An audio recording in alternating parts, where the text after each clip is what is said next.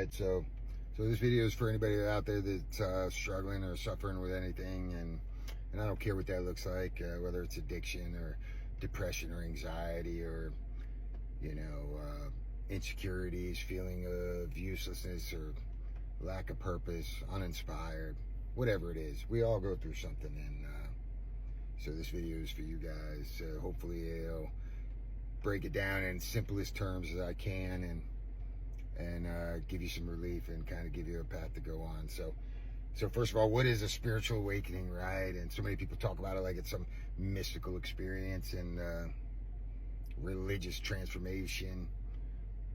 It's not my experience at all. At least it wasn't initially. So, and what is the definition of a person? What is a person? And what are you? More importantly, what are you?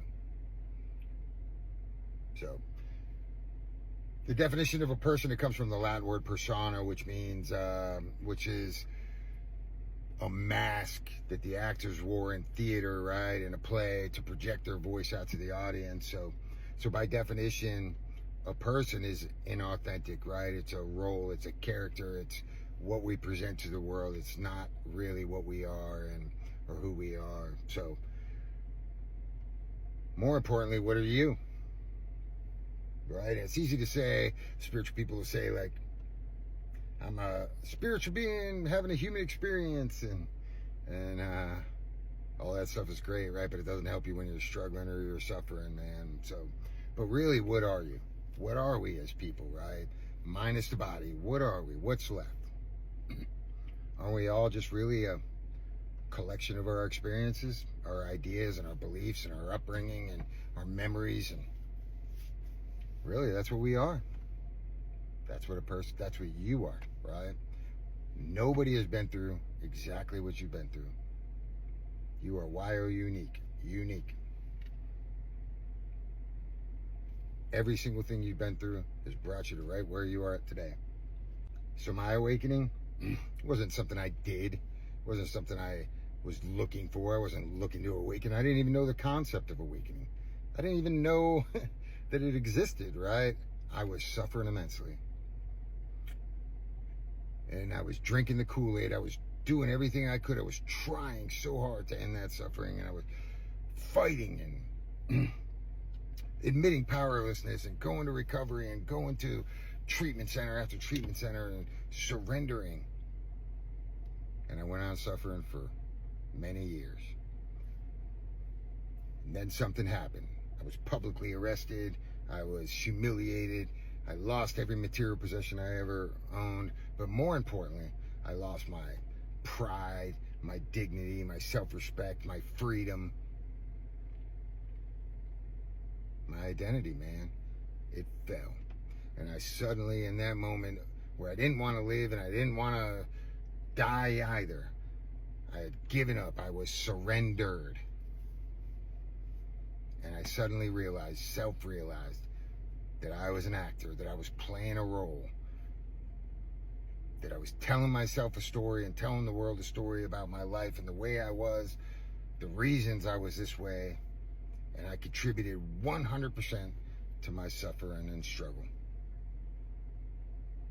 I told myself a story, and I was such a good actor that I didn't even know I was playing the role, that I was this way because of this, because of my upbringing and my family and my parents, and these things happened to me. And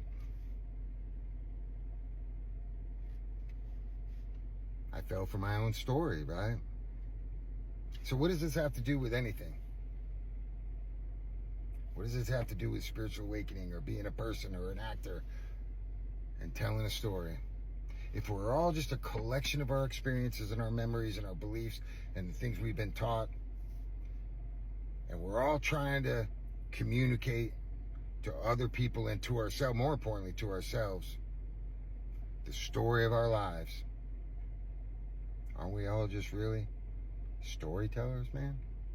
We're all storytellers, right? So much so that you and I could be at the same exact place at the same exact time and witness the same exact event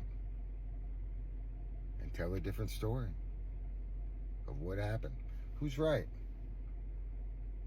It's all just a story, man. man. We're storytellers.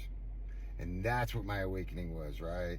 It was this sudden awareness that I was an actor telling a story, and that I was playing a role I didn't know I was playing, and I fell hook, line, and sinker to the story being told.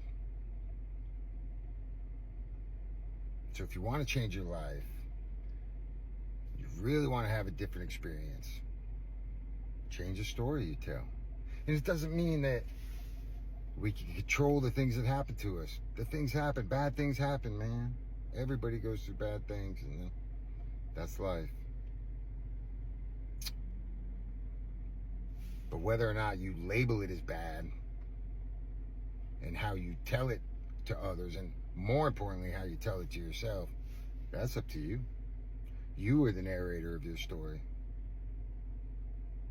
You can tell it any way you want to tell it.